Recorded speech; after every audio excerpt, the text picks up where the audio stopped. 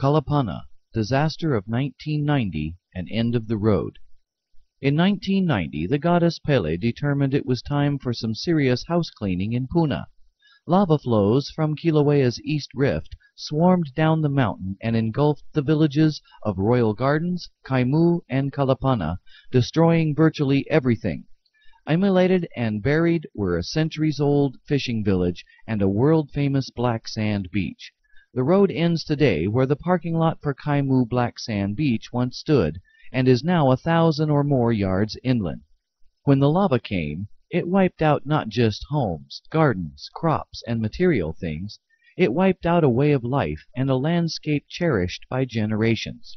Imagine the loss to a community of having the coconut grove by the beach where for 1,000 years the kahunas had blessed the fishing canoes, not only wiped away and covered with lava, but the landscape altered so permanently and completely that you're no longer even sure where it used to be.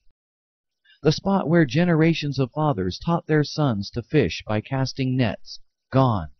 The groves where mothers sat with their daughters, passing on the arts of weaving, along with the family stories, gone.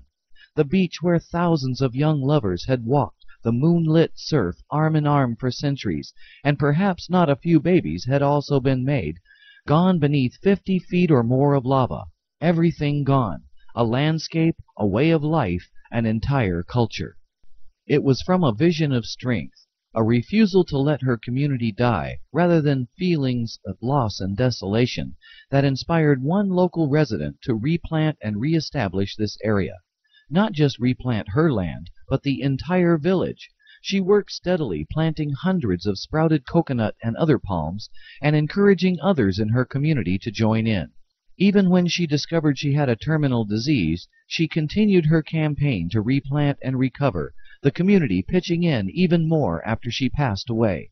Today there are literally thousands of young trees growing on the no longer barren lava, and a new geography for new lives and new memories is being born. Her vision of rebirth, now being realized, is a moving testament to the power of love of one's community and commitment to one's culture. One of the truly most moving stories in the islands, this place has to be seen to be appreciated. The trail to the new black sand beach, Kaimu Beach, is marked with these young palms. Near the parking area along the path are lava casts of palm trees and other plants. Keep a sharp eye out, they are everywhere. Swimming is hazardous at the new beach, so is surfing, the ocean currents being strong and treacherous.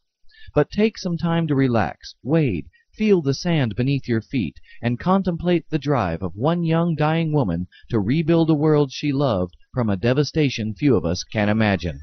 From the lava hillocks along the trail, you can get nice views of the eruption plume at Pu'u'o, up on the flank of Kilauea, as well as the steam clouds down a few miles along the coast where the lava enters the sea.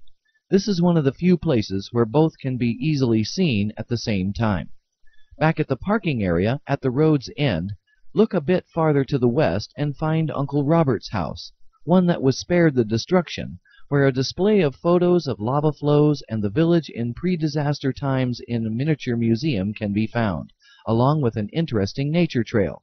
The stop is worth your time, and be sure to leave a donation in the offering jar.